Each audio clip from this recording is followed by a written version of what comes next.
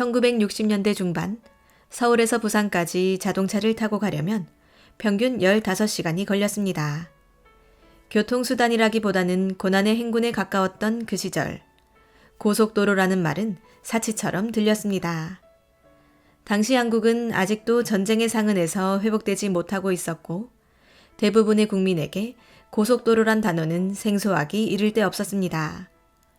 더군다나 전문가들의 분석 역시 비관적이었습니다. 앞으로 20-30년간 한국에서는 고속도로가 필요 없다. 이는 한미합동조사단이 내린 판단이었습니다. 하지만 박정희 대통령은 달랐습니다. 그는 고속도로가 단순한 교통수단이 아니라 나라를 바꾸는 길이라는 확신을 갖고 있었습니다. 그 확신은 1964년 12월 서독 방문 중 확고해졌습니다. 박 대통령은 산업시설을 시찰하며 아우토반을 여러 차례 왕복하게 되었고 도로 위를 쉴 새 없이 달리는 트럭들을 보며 결심하게 됩니다. 그는 직접 차를 세워 노면을 확인했고 관계자들에게 시멘트 배합 비율과 공사비를 묻는 열의를 보였으며 수첩에 고속도로 노선을 그렸다는 일화는 지금도 전설처럼 회자됩니다. 돌아온 박정희는 곧바로 경부고속도로 계획을 비밀리에 추진하기 시작합니다. 그는 소련, 서독, 일본을 포함한 전 세계 고속도로 관련 자료를 수집하게 했고 관련 보고서를 직접 읽으며 자료에 밑줄을 긋고 메모를 남겼습니다. 정권 차원에서 고속도로 사업이 본격화된 것은 1967년 대통령 선거였습니다. 박정희는 경부고속도로 건설을 주요 공약으로 내세웠고 재선 이후 이를 공식화하며 역사적 전환점이 시작됩니다. 고속도로 건설을 둘러싼 반대는 상상 이상이었습니다.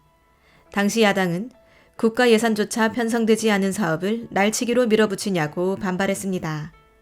특히 경상도 편중, 사업 우선순위 논란, 공사비의 막대한 재정 부담 등을 이유로 격렬하게 반대했으며 김대중과 김영삼 등 장차 대통령이 될 인물들조차 건설의 반대 입장을 밝혔습니다. 당시 유력한 대안은 서울 강릉, 광주 포항 노선이었고 국제기구인 IBRD와 IDA도 이 노선들이 더 필요하다고 진단했습니다. 그러나 박정희는 산업벨트 형성을 고려해 낙동강 축을 따라 부산과 서울을 잇는 경부축 개발이야말로 국가산업화의 대동맥이라 판단했습니다. 결국 정부는 국제개발협회에 의존하던 차관 확보를 포기하고 휘발유세 인상, 대일 청구권 자금 등으로 자금을 조달하는 자구책을 선택합니다. 그럼에도 반대는 끊이지 않았습니다. 야당은 국회 청문회에서 박정희 정권을 거세게 몰아붙였고 주원 건설부 장관이 직접 나서 일본 고전 호조키의 일화를 인용해 고속도로의 필요성을 설명했지만 설득은 쉽지 않았습니다. 당시 언론도 다소 부정적이었습니다. 조선일보는 공사비로 최소 600억 원이 들 것이라며 재원 마련의 현실성을 지적했고 동아일보는 주택난도 해결하지 못한 국가재정이 어떻게 방대한 고속도로를 건설하겠냐며 비판했습니다. 그러나 이러한 반대를 박정희는 정치적 결단으로 돌파합니다. 그는 대통령의 권위를 동원해 건설을 강행하며 한편으로는 반발하는 호남 강원 정치인을 달래기 위해 후속 고속도로 건설 약속을 병행했습니다. 경부고속도로의 노선은 단순한 설계가 아니었습니다. 박정희 대통령은 지도를 챙겨 헬기를 타고 현장을 시찰했고 그 과정에서 대전을 분기점으로 호남고속도로를 연결하는 전략적 선택도 함께 진행됐습니다. 주원이 설계한 대전 관통 노선은 호남 지역의 불만을 줄이기 위한 절충안이었습니다. 이처럼 경부고속도로는 단순한 교통망이 아니라 정치적 타협, 지역 균형, 안보 전략까지 반영된 복합적인 산물이었습니다. 건설은 전례 없이 빠르게 진행되었습니다.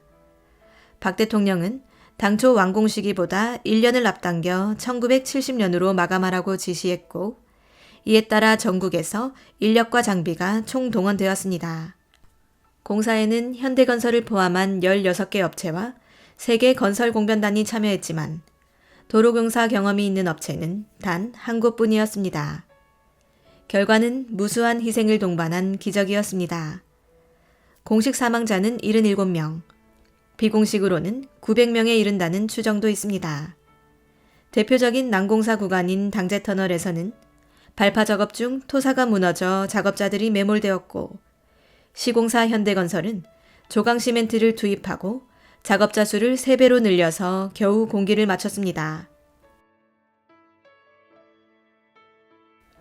1970년 7월 7일, 대한민국은 역사적인 순간을 맞이합니다. 서울과 부산을 잇는 428km의 경부고속도로가 완공되어 개통식을 가진 것입니다. 박정희 대통령은 완공기념식에서 이제 우리는 고속도로를 갖게 되었으며 산업화의 대동맥이 뚫렸습니다라고 선언했습니다. 당시만 해도 이런 대형 토목공사를 제 힘으로 완공한 개발도상국은 드물었기에 이는 전 세계적으로도 놀라운 성취로 여겨졌습니다. 경부고속도로의 개통은 단순한 도로 개설을 넘어선 상징적 의미를 가졌습니다. 서울에서 부산까지 15시간이 걸리던 이동시간이 5시간 이내로 단축되었고, 전국 주요 도시가 하루 생활권으로 묶이게 되었습니다. 이는 곧 지역 간 시간 공간의 장벽을 허무는 계기가 되었으며 인적 물적 자원의 교류를 비약적으로 촉진시키는 역할을 했습니다. 전국을 순환하는 고속버스망도 이때부터 활기를 띠기 시작했습니다. 고속도로와 함께 탄생한 고속버스는 공공교통의 새로운 시대를 열었고, 농촌 지역 주민들까지도 대도시로의 접근성을 확보할 수 있게 되었습니다. 경제적으로는 특히 수도권과 낙동강 유역, 즉 경부축을 중심으로 한 지역 개발에 큰 영향을 주었습니다. 울산, 구미, 대구, 부산 등 산업도시들은 경부고속도로라는 물류 수송망을 타고 성장의 가속 페달을 밟기 시작했습니다. 박정희 정부는 이를 산업벨트의 완성이라 불렀으며, 이후 국가산업단지 조성과 맞물려 수도권 경부축의 산업화를 촉진하게 됩니다. 국가의 미래를 설계하는 데 있어 가장 중요한 일은 남들이 보지 못하는 것을 보는 것. 이는 박정희가 자주 했다고 전해지는 말입니다. 누구도 고속도로를 상상하지 못하던 시대, 그는 아우토반의 장면에서 미래의 대한민국을 보았습니다. 박정희의 결단은 단순한 인프라 건설이 아니라 국가의 방향을 틀어버리는 것이었습니다. 물론 많은 비판과 문제점도 존재했고, 당시의 정치적 강압성은 지금의 기준으로 보아도 결코 정당화될 수 없습니다. 하지만 역사는 냉정합니다. 단점과 장점 모두를 껴안고 흐르기에 우리는 그를 미화할 수도 없고 폄훼할 수도 없습니다.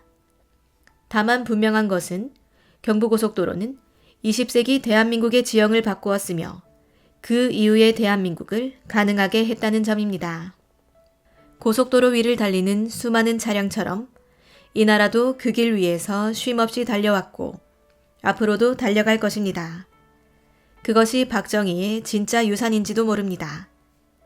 그는 그렇게 오늘도 그 도로 위에 남아 있습니다.